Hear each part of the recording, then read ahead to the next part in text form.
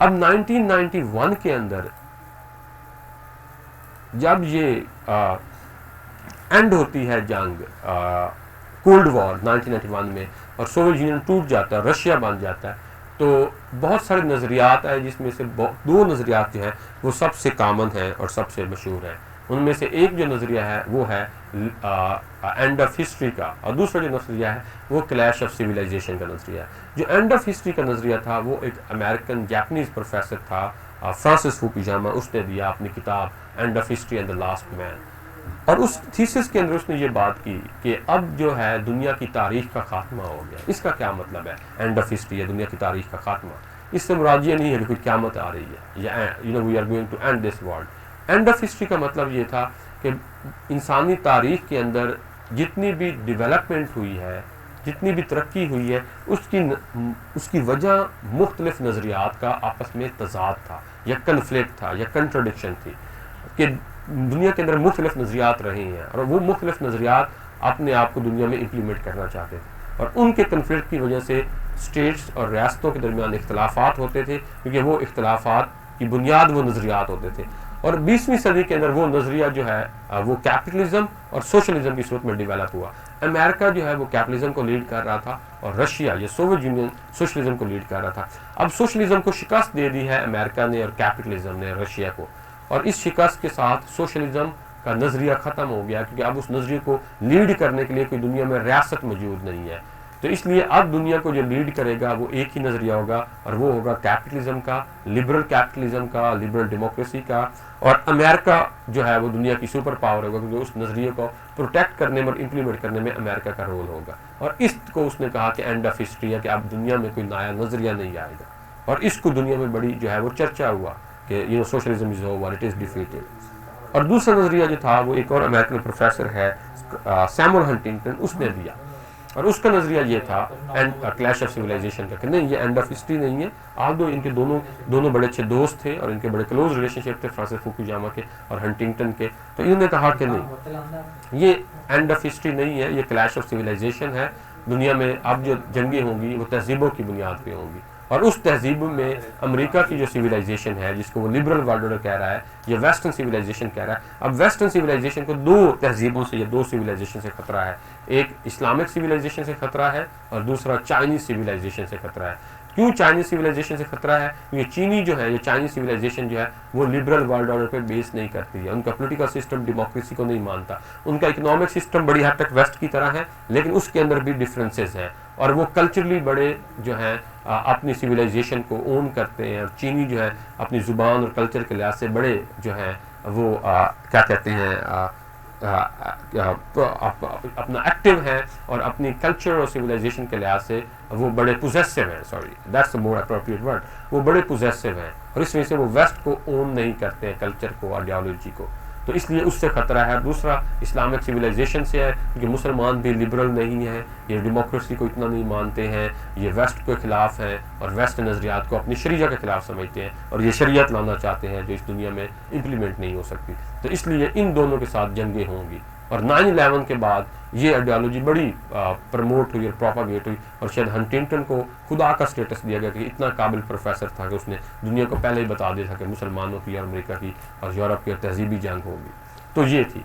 अब 21वीं सदी के अंदर इस अमेरिका के लिबरल वर्ल्ड ऑर्डर को चैलेंजेस का सामना है।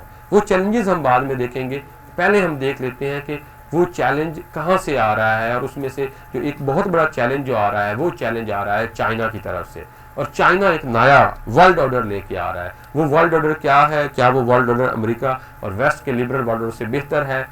उसको हम बाद में देखते हैं। पहले हम उस वर्ल्ड ऑर्डर या उस लिबरल चाइनीज वर्ल्ड ऑर्डर या चाइनीज आइडियोलॉजी का थोड़ा सा अंडरस्टैंडिंग कर लेते हैं, ठीक है। So what is basically Chinese world order और Chinese ideology? Okay, China in 21st century.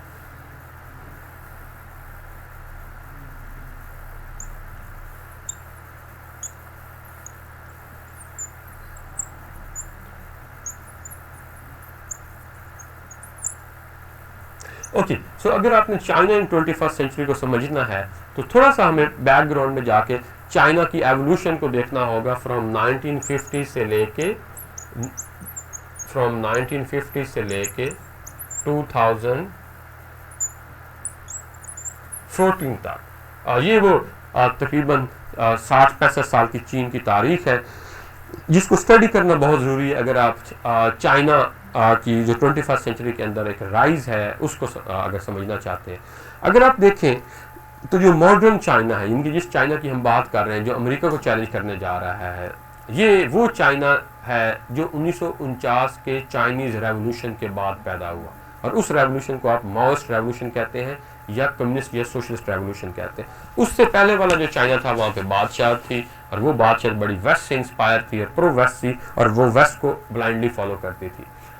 और वेस्ट चाइना के बारे में एक बड़ा मशहूर कोट है, और वेस्ट इसका मजाक उड़ाता था that Chinese are a nation of और civilization of sex and alcohol and drugs, कि चीनी जो है वो एक ऐसी तहजीब है या एक ऐसी कौम है जो सिर्फ 3 काम करते हैं। ये सेक्स करते हैं बिकॉज ऑफ देयर पॉपुलेशन, क्योंकि उनकी आबादी बहुत ज़्यादा थी, तो उस वजह से वेस्ट और यूरोप उसका मजाक उड़ाते थे कि they have nothing else to do except to have sex and produce children. दूसरा जो तनकीद थी वो ये थी कि ये जो ऐसी कौम है जो बहुत ज़्यादा ड्रग्स इस्तेमाल करती हैं, क्योंकि दुनिया में चीन में बहुत ज़्यादा ओपियम जो है वो यूज़ की जाती थी, चर्स का इस्तेमाल बहुत ज़्यादा होता था।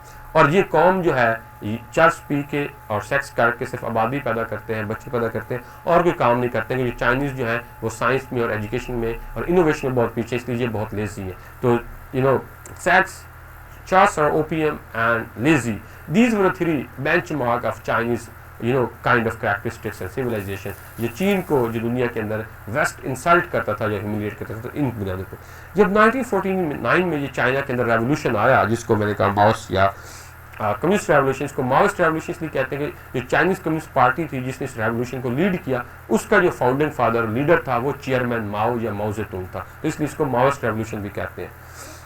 तो 1950 से लेकर 1979 तक ये पहला फेज था उस रेवोल्यूशन का, जिसमें चाइना ने सिर्फ 3 काम किए। चाइना ने सिर्फ और सिर्फ डोमेस्टिकली फोकस किया, अपने मुल्क की तरक्की पे फोकस किया, एजुकेशनल रिफॉर्म्स की, पॉलिटिकल रिफॉर्म्स की, बादशाह को ख़त्म करके सोशलिस्ट पॉलिटिकल सिस्टम लेके आए, वहाँ पे सिंगल पार्टी पॉलिटिकल सिस्टम लेके आए, मैसिव एजुकेशनल रिफॉर्म्स की, वर्क एथिक्स को प्रमोट किया, पॉपुलेशन को कंट्रोल किया, अपने कल्चर को प्रमोट किया, अपनी ज़ुबान, अपनी तहजीब को प्रमोट किया, और अपनी तहजीब और कल्चर को ऑनरशिप ली और उसको ओन किया, और उसको कहा कि उसमें कोई शर्मिंदगी की बात नहीं है और वेस्ट से इंस्पायर होने की जरूरत नहीं है, और चेयरमैन माओ ने इसको लीड किया। 1976 में जब चेयरमैन माओ की डेथ होती है तो एक चीन के अंदर एक नया लीडर इमर्ज होकर सामने आता है, और उस लीडर का नाम था Deng Xiaoping, very capable, very well educated, जो कि चाइनीज़ कम्युनिस्ट पार्टी का सेक्रेटरी जनरल भी था, और ये वाहिद लीडर है जिसने मॉडर्न चाइना की ट्रांसफॉर्मेशन में की रोल प्ले किया। तो चेयरमैन माओ के बाद डेंग जियाओपिंग ने कुछ रिफॉर्म्स इंट्रोड्यूस करवाई, जो पॉलिटिकल और इकोनॉमिक रिफॉर्म्स थे, उनको कहते हैं डेंग जियाओपिंग चाइनीज़ मॉडल या इकोनॉमिक रिफॉर्म। और उसमें उसने कहा कि जो चेयरमैन माओ की आइडियोलॉजी थी, अब हमें उससे थोड़ा सा चेंज होना होगा, क्योंकि वो आइडियोलॉजी 20वीं सदी की अंदर और 21वीं सदी में हमें कामयाबी के साथ नहीं ले जाएगी। उस आइडियोलॉजी के अंदर कुछ तब्दीलियाँ ज़रूरी हैं, क्योंकि वो अब आउटडेटेड हो गई है।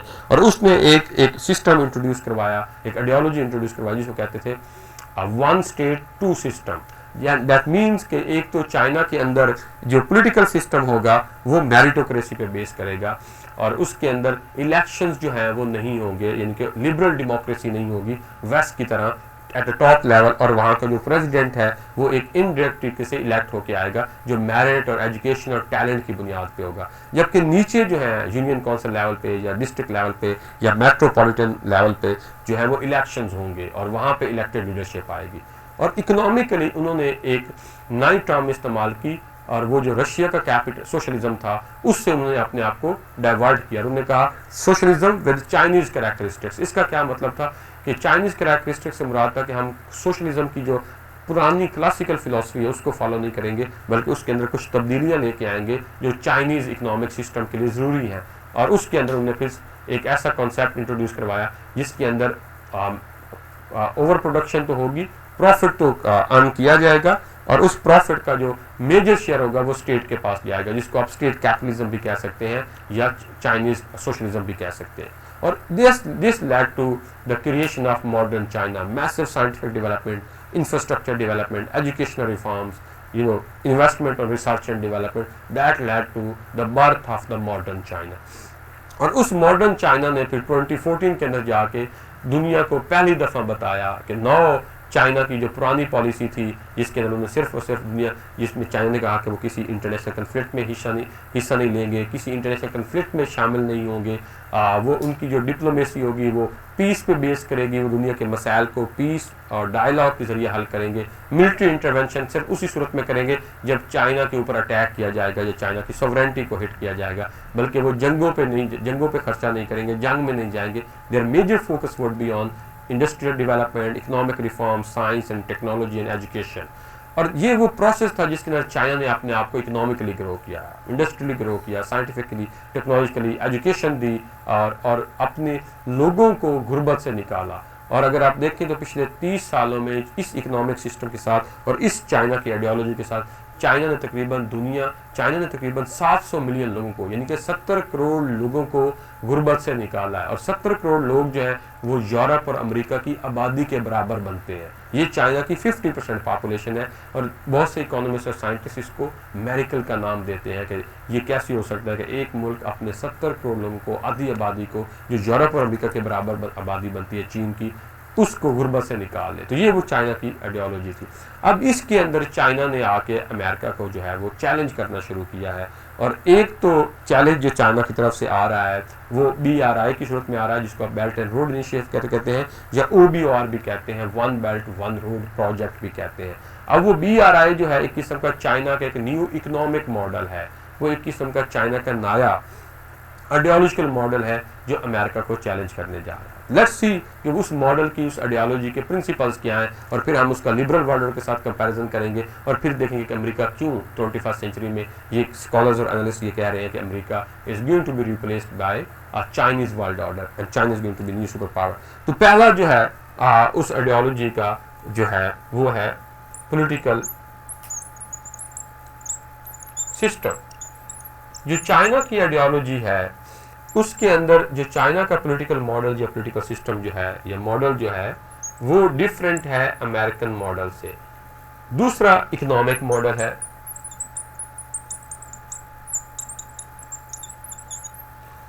तीसरा जो है लीडरशिप मॉडल है।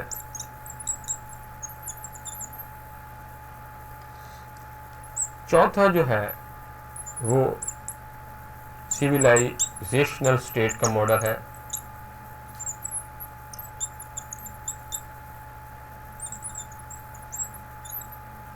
और पांचवा जो है वो इंटेलेक्चुअल मॉडल है।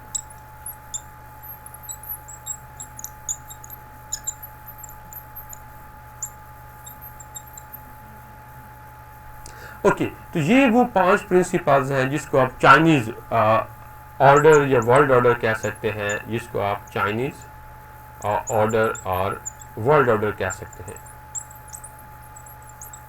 अब अगर हम इन चाइनाज के मॉडल की और आइडियोलॉजी की क्या अगर हम एनालिसिस करें और कंपैरिजन करें अमेरिका के मॉडल के साथ, तो आपको क्लियर एक डिफरेंस नज़र आएगा इस मॉडल के अंदर और अमेरिका के मॉडल के अंदर।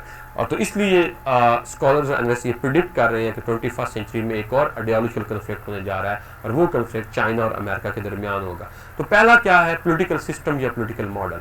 अब जैसे मैंने बताया कि अमेरिका का जो लिबरल ऑर्डर था, जो पॉलिटिकल सिस्टम था, वो लिबरलिज्म और लिबरल डेमोक्रेसी के ऊपर बेस करता था, जिसके अंदर everyone has a right to vote, everyone has a right to freedom of speech, और वो रिटन कॉन्स्टिट्यूशन की सूरत में गवर्न होगा और डेमोक्रेसी होगी और सिटीजन के राइट्स वगैरह हों।